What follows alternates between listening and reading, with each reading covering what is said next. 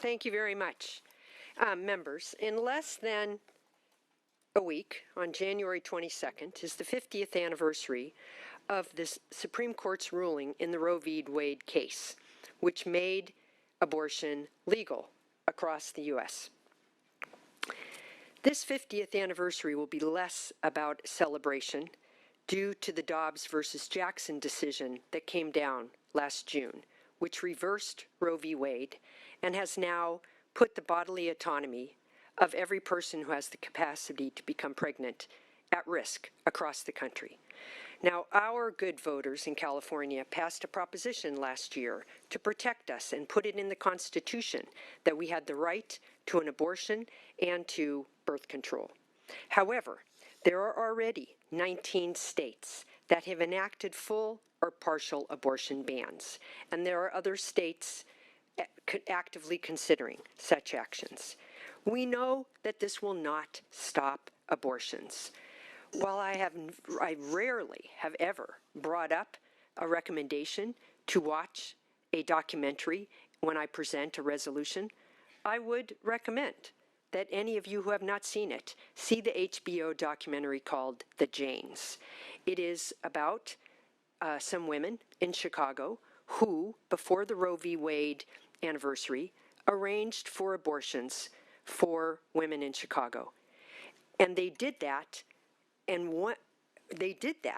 because they had friends and people that they knew who were either gravely injured or died as a result of either a self-inflicted abortion or an abortion by a less than ethical practitioner. What the data shows is that there were at least 1 million abortions a year before Roe v. Wade was made it legal. And think of the population was much smaller at that point. And over that 1 million a year, about thousands of women died, and many others were gravely injured and even had the inability to procreate afterwards. Women of color were disproportionately at risk because contraception was very difficult to get. And so not only was abortion illegal, contraception was also extremely limited. So what this resolution before you does is marks the important anniversary, 50th anniversary of that Supreme Court decision, and the importance of reproductive justice and bodily autonomy for those of us who can get pregnant. The resolution before you is sponsored by Black Women for Wellness, NARAL, and Planned Parenthood affiliates of California. And to speak in my witnesses in support are Shannon Hovis of NARAL and Molly Robeson of Planned Parenthood affiliates of California. Ms. Hovis, the floor is yours. Thank you. Good afternoon. My name is Shannon Olivieri Hovis, and I'm the director of NARAL Pro-Choice California. NARAL fights for reproductive freedom for everybody, powered by our 4 million members nationally and more than 370,000 members here in California. And we are proud to sponsor Senate Resolution 9 to commemorate the 50th anniversary of Roe v. Wade. On what should have been the 50th anniversary recognizing the constitutional right to abortion, we are instead witnessing the devastating impacts of the Supreme Court's decision to strip Americans of this fundamental freedom. Currently, 17 states are enforcing bans on abortion, with several others trying to enforce or pass abortion bans, and we are seeing the catastrophic consequences on real people's lives. These bans intimidate doctors and hospitals, stop them from providing critical care like miscarriage management, and put pregnant people's lives and health in danger. And the threats don't end there. House Republicans have made restricting abortion their top priority. But let me be clear, there is no place in the country where bans on abortion are popular. In fact, in all 6 states where abortion rights were specifically on the ballot last year, Americans voted to protect access to abortion care. Thanks to your leadership and the leadership of the Women's Caucus, here in California we are fighting to protect this fundamental right to abortion. And we made history last year by passing the most comprehensive and bold legislative package advancing abortion access in the country. I am 5 months pregnant, and I frequently think about the terror that I would feel if I lived in a state that has enacted a ban on abortion, for fear that if something went wrong, I would be unable to access the essential health care that I needed to protect my life and ensure that my daughter has a mother to come home to. NARAL will never stop fighting for a world where all of us have the freedom to make our own decisions about whether to start or grow a family. Thank you for your ongoing commitment to ensuring that California leads as a reproductive freedom state, and thank you for introducing this measure, Senator Skinner. I urge your aye vote on SR 9. Thank you. Thank you, Ms. Hovis. Ms. Robeson. Good afternoon, Chair and members. My name is Molly Robeson. I'm the Legislative Director for Planned Parenthood Affiliates of California, representing over 100 health centers, or the 7 affiliates who operate over 100 health centers in the state. I also want to thank Senator Skinner and Pro Tem Atkins for their leadership authoring this resolution to honor the 50th anniversary of the Roe v. Wade Supreme Court decision. Of course, this year's anniversary is different. Last summer, when the U.S. Supreme Court overturned the protections granted in Roe v. Wade in their ruling on Dobbs v. Jackson's Whole Woman's Health, the right to abortion was left up to individual states. As you've heard, 17 states now have full or partial bans on abortion, impacting millions of people who can become pregnant and forcing patients to face extreme barriers just to access health care. Planned Parenthood health centers and abortion providers across California have seen a dramatic increase in patients from out of state since the Dobbs decision. As we continue to grapple with the repercussions of the Dobbs decision and the legal landscape nationally continues to shift, Planned Parenthood is prepared to continue to work with our state leaders to expand and protect access to abortion and reproductive health care in our state. We're proud that the right to abortion and birth control is now explicitly in the California Constitution, and I want to thank Senator Skinner for her leadership and for bringing awareness to the harm caused since Roe was overturned with this resolution. Planned Parenthood is proud to be here in support and as a sponsor of SR 9 and ask for your support in committee today. Thank you. Thank you, Ms. Robeson. All right. Anyone else here in room 1200 wishes to testify in support of SR 9?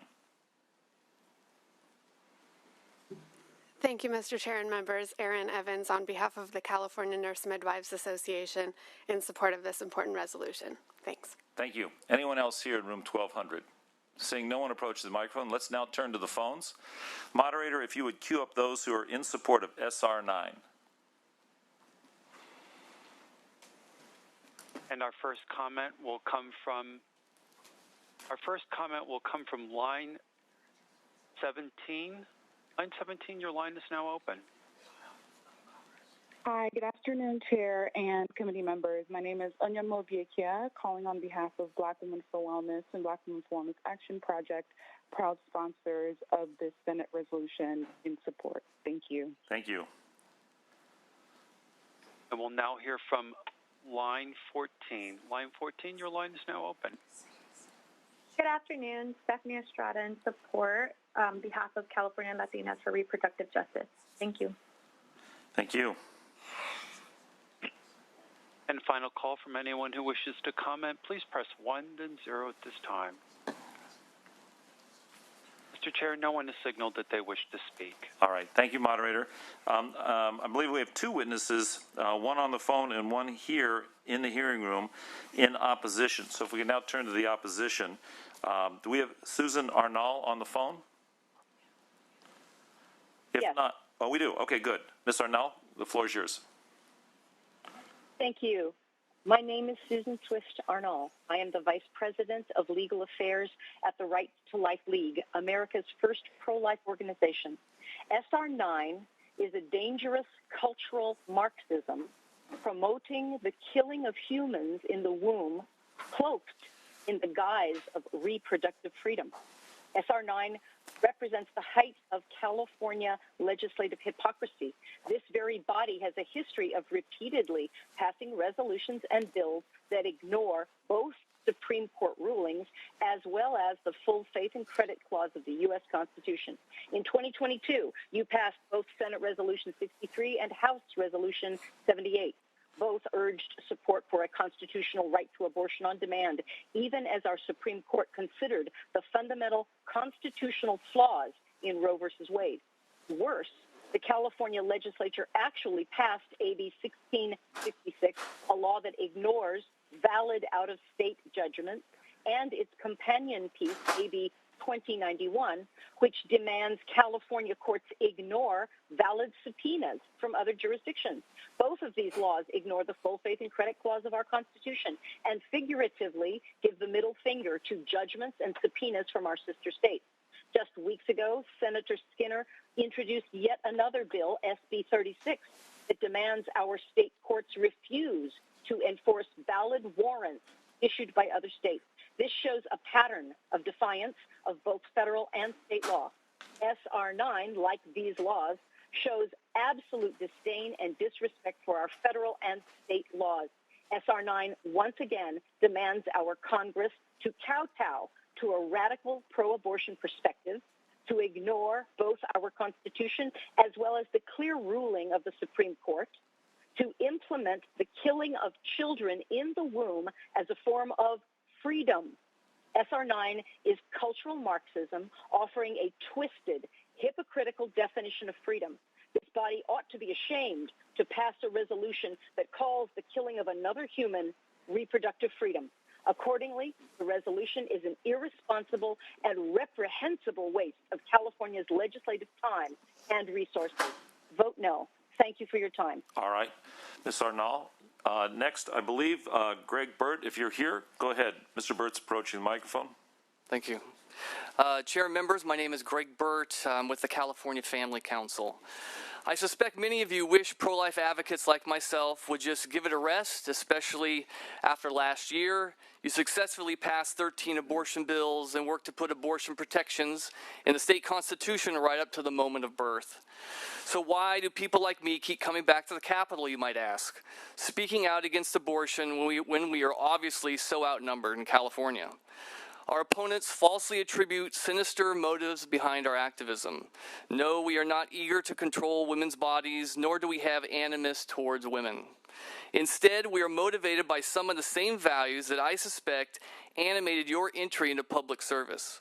A belief in pursuing justice for all, an eagerness to defend the dignity of every human being, no matter how small, no matter how powerless, and no matter how wanted or unwanted. We are also motivated by the words of Jesus that Governor Newsom quoted to promote abortion last year. He quoted Mark 12:31, which says, "Love your neighbor as yourself. There is no greater commandment." But who is our neighbor? Is it not those who need our love and protection the most? No human being is more vulnerable and weak than an unborn baby. I'm also personally motivated to speak out against abortion after witnessing the births of my own 3 children. What a miracle that was. Their fingers, their toes were so perfect. They were so small and needy. I immediately felt a desire to protect them and a responsibility to protect them. But abortion is the opposite of protection. And slapping the words care onto abortion doesn't transform the horror of the act into something beautiful and kind. We need to offer women with unplanned pregnancies who are desperate, abused, and poor something better than this. And that's why we are in strong opposition to SR 9. Please vote no. Mr. Burt? Okay. Anyone else here in the hearing room wish to testify in opposition to SR 9? Seeing no one approach the microphone, moderator, let's turn to the phone lines. If you would queue up those who are in opposition to SR 9. Yes, Penny Harrington from San Diego County in opposition. All right, thank you. Line 12. This is Molly Sheehan with the California Catholic Conference in opposition. Thank you. Thank you. Now we're going to go to line 15. Yes, can you hear me? Yes. Thank you. Tracy Resentis, Hayward, California, member of Pro-Life San Francisco, votes in opposition. Thank you. All right. We're going to go now to line 18. Your line is now open. My name is Dana Fote. I'm with the Capital Resource Institute, and I would like to just say that I oppose very strongly SR 9. Thank you. All right. Next. Mr. Chair, there is no one else. Okay, let's bring it back here to the committee hearing room. Questions, comments by committee members? Seeing Senator Durazo moves the bill. questions or comments? Seeing Senator Min. I want to thank my colleagues, Senator Skinner and the Pro Tem, and my colleagues in the Legislative Women's Caucus for bringing this forward. I am a father of 3 children. I'm a Christian practicing, and I strongly support SR 9. My 3 children are also precious. I really appreciated and loved every moment of their birth, but my wife and I made that decision. My wife made the decision on when we would have those children. She let me be part of that decision. We used contraception until the time when we felt it was appropriate to have kids, when we were ready. It was our choice, our decision. Now, as many of you may know, I was a law professor before joining the state Senate. I was not a constitutional law professor, but I know enough about constitutional law to know that the decision in Dobbs was outrageous, it was dishonest, that the 5 justices who drafted this opinion, who signed on to Samuel Alito's draft opinion, talked about their role as neutral arbiters, as referees who call balls and strikes, and yet they lied. 3 of them expressly said under oath to the Senate Judiciary Committee that they respected the precedent set by Roe v. Wade, that they would follow it. And as soon as they had 5 members ready to overturn it, they reversed that position. This is a decision that has had huge impacts on our society, will have huge impacts on our economy. And by the way, I will note that the logic of the decision doesn't just affect women's reproductive rights. The right to privacy lies at the root of many, many rights we take for granted today, including interracial marriage, and I have an interracial marriage. This is an atrocious decision. It's one that defies all logic, all precedent, is dishonest, and I think that we in California need to do all we can to defend people's liberties. So I move the bill as well, and I thank the authors for bringing this forward. Thank you. Senator Min. Seeing no other comments or questions, Senator Skinner, do you care to close? Thank you, Chair. This resolution, unlike years past, where we were primarily marking an anniversary, this resolution also includes, it is a communication to our federal government, to the President, to Congress, to act, because what the Dobbs decision, unlike one of the opponent's description, the Dobbs decision left it to the states.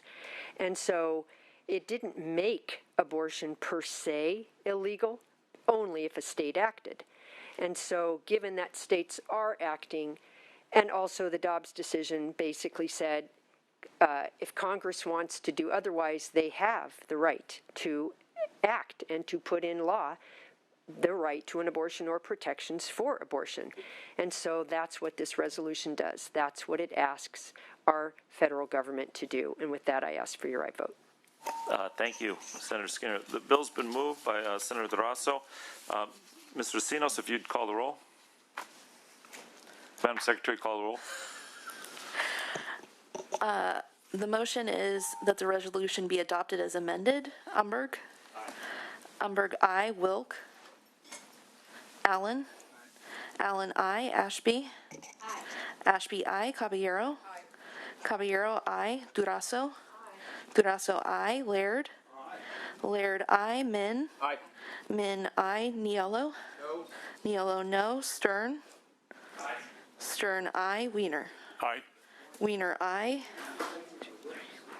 6, 7, 8, 9. You have 9-1 so far. All right. We'll leave the roll open here for a moment. Madam Secretary, who Senator Wilk. All right. We'll leave the roll open if Senator Wilk wishes to return.